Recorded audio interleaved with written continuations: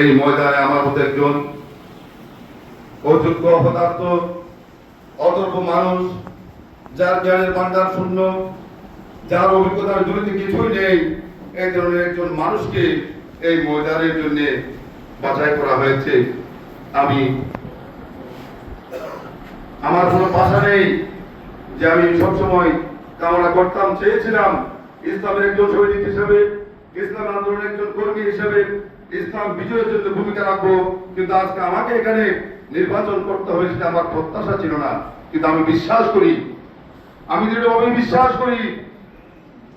ছোট্ট ছোট্ট ফাঁকি দিয়ে যদি আল্লাহ তাআলা আব্রাহার বিশাল হস্তি বাহিনীকে ধ্বংস করতে পারে, ওই ছোট্ট মাছ এবং ছোট্ট ছোট্ট মানুষগুলোকে দিয়ে ইসলাম বিরোধী শক্তির পতন করাবে ইনশাআল্লাহ। আমি বিশ্বাস করি এই বাংলাদেশে ইসলামের যে জোয়ার শুরু হয়েছে, কোরআনের পক্ষে মানুষের যে আকাঙ্ক্ষা সৃষ্টি হয়েছে, আগামী দিনে বাংলাদেশ জামাত ইসলামের নেতৃত্বে ক্ষুধা, দারিদ্রতা, বেকারত্বের অভিশাপে জর্জরিত বহু মানুষগুলোর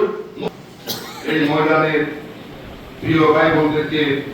আমি আহ্বান জানাতে চাই, আমাদের সমস্ত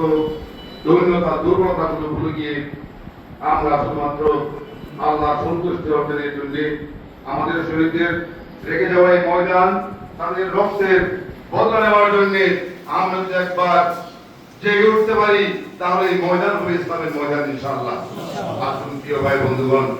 আমরা